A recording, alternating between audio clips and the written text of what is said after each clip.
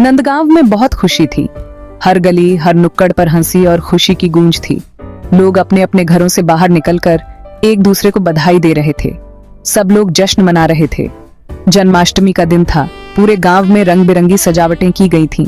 मंदिरों में भजन कीर्तन हो रहे थे और हर कोई भगवान कृष्ण के जन्म का इंतजार कर रहा था। नंद बाबा के घर नन्हे कान्हा ने जन्म लिया था। उनके जन्म से पूरे गांव में उत्साह का माहौल था। लोग नंद बाबा के घर बधाई देने आ रहे थे और मिठाइयां बांट रहे थे। माखन चोर, नटखट और शरारती कृष्ण सबके प्यारे थे। उनकी शरारतें गांव के हर कोने में मशहूर थीं। वे अपने दोस्तों के साथ मिलकर माखन चुराते और फिर भाग जाते। उनकी मुस्कान में एक अलग ही जादू था। जब वे हंसते तो ऐसा लगता जैसे पूरी दुनिया खिल उठी हो। उनकी हंसी में एक मासूमियत और एक आकर्षण था जो सबको मोह लेता था। लेकिन कोई नहीं जानता था कि इस मासूम चेहरे के पीछे इतनी शक्ति छिपी है। उनकी आंखों में एक गहराई थी जो उनके दिव्यता का संकेत देती थी। एक दिन यशोदा मैया नंदलाला को दूध पिला रही थीं। वे अपने लाल को गोद में लेकर बड़े प्यार से दूध पिला रही थीं। कान्हा की आंखें धीरे धीरे बंद हो रही थीं। कान्हा दूध पीते पीते सो गए। उनकी मासूमियत और शांति देखकर यशोदा मैया का दिल भर आया। वे अपने लाल को निहारती रहीं। ममता से भरी निगाहों से यशोदा मैया अपने लाल को देख रही थीं। उनके मन में एक अजीब सी शांति और संतोष था। वे सोच रही थीं कि उनका लाल कितना प्यारा और मासूम है। तभी अचानक तेज हवा चली। यशोदा मैया ने अपने लाल को और भी कसकर पकड़ लिया। हवा की तेजी से पेड़ झूमने लगे, पेड़ झुकने लगे, धूल उड़ने लगी। ऐसा लग रहा था जैसे कोई तूफान आने वाला हो। यशोदा मैया ने अपने लाल को सुरक्षित रखने के लिए उसे अपनी गोद में और भी कसकर पकड़ लिया। यशोदा मैया के मन में एक अजीब सा डर समा गया। उनके दिल की धड़कनें तेज हो गईं और माथे पर पसीना छलक आया। उन्होंने जल्दी से कान्हा को पालने में लिटाया। उनके हाथ कांप रहे थे, लेकिन उन्होंने अपने बेटे को सुरक्षित रखने के लिए हर संभव प्रयास किया। बाहर आकर देखा तो लोग इधर उधर भाग रहे थे। हर कोई अपनी जान बचाने की कोशिश में था और चारों ओर अफरा तफरी मची हुई थी। कोई बहुत जोर की आंधी आई थी। हवा इतनी तेज थी कि पेड़ उखड़ने लगे और घरों की छतें उड़ने लगीं। आसमान का रंग बदल गया था। नीला आसमान अब काले और भूरे रंग में बदल चुका था और हर कोई इस बदलाव से भयभीत था। काले बादलों ने सूरज को छिपा लिया था। दिन में भी रात जैसा अंधेरा छा गया था और यह दृश्य बहुत ही डरावना था। क्या हो रहा है ये? यशोदा मैया ने एक गोपी से पूछा। उनकी आवाज में चिंता और भय साफ झलक रहा था। पता नहीं मैया, ऐसा लगता है जैसे दुनिया खत्म हो रही है, गोपी ने डरते हुए कहा। उसकी आंखों में आंसू थे और वह कांप रही थी। तभी गोकुल वासियों ने देखा, आंधी के बीच एक बहुत बड़ा पक्षी जैसा कुछ दिखाई दे रहा है। सभी लोग उस अजीब चीज को देखकर हैरान थे। वह पक्षी नहीं था, बल्कि एक भयानक दैत्य था, तृणावर्त। उसकी विशालकाय आकृति ने सभी को भयभीत कर दिया। उसकी आंखें जल रही थीं और उसकी गर्जना से धरती कांप रही थी। गोकुलवासी समझ नहीं पा रहे थे कि इस विपत्ति से कैसे निपटे। यशोदा मैया ने अपने बेटे कान्हा को याद किया और भगवान से प्रार्थना की कि वे उनकी रक्षा करें।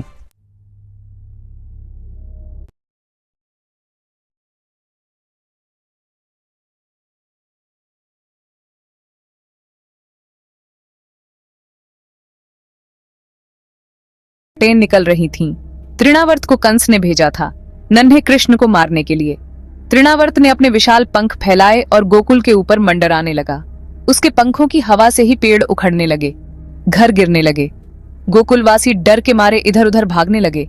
माहें अपने बच्चों को लेकर सुरक्षित जगहों पर छिपने लगीं। तृणावर्त की नजर नंद बाबा के घर पर पड़ी।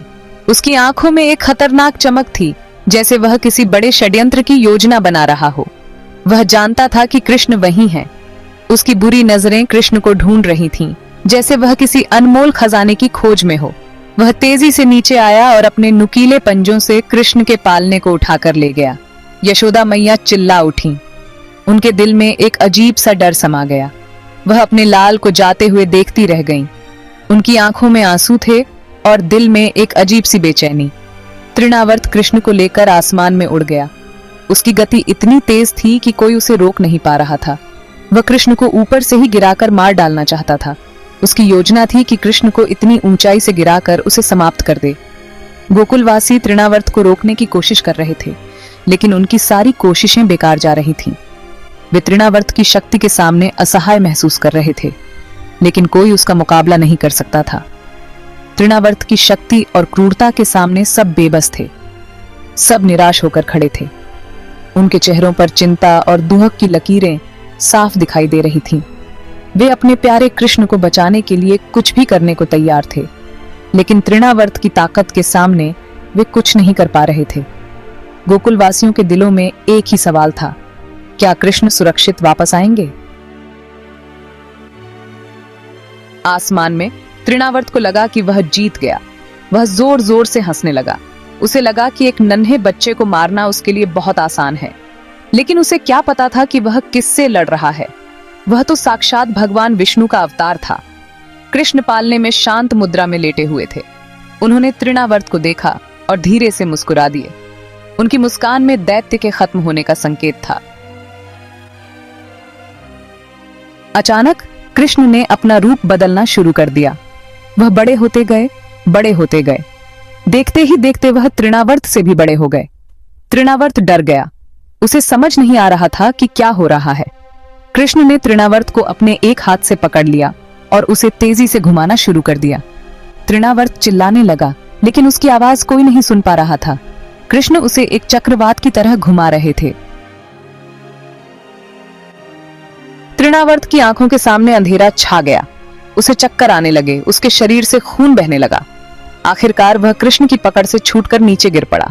उसकी मौत हो गई। गोकुलवासियों ने देखा कि तृणावर्त का विशालकाय शरीर धरती पर आ गिरा है। वे खुशी से नाचने लगे। उन्होंने कृष्ण की जय जयकार की। यशोदा मैया दौड़कर कृष्ण के पास आईं और उन्हें अपनी बाहों में भर लिया। तृणावर्त के मरने के बाद गोकुल में फिर से खुशियां लौट आईं। लोगों ने कृष्ण का धन्यवाद करते हुए उनका स्वागत किया। उन्होंने कृष्ण को फूलों की माला पहनाई और उनके ऊपर फूल बरसाए। यशोदा मैया कृष्ण को गोद में लेकर घर लौटी। उनके मन में कृष्ण के लिए ममता और गर्व दोनों थे। उन्हें यकीन हो गया था कि उनका कान्हा कोई साधारण बच्चा नहीं है, बल्कि साक्षात भगवान है। कृष्ण की यह लीला हमेशा के लिए याद रखी जाएगी। इस लीला ने लोगों को यह संदेश दिया कि बुराई कितनी भी ताकतवर क्यों न हो, अच्छाई के आगे उसका नाश निश्चित है। कृष्ण की यह लीला हमें यह भी सिखाती है कि हमें कभी भी बुराई के आगे हार नहीं माननी चाहिए। हमें हमेशा सच्चाई और अच्छाई के लिए लड़ते रहना चाहिए। कृष्ण की लीलाएं हमें हमेशा प्रेरित करती रहेंगी।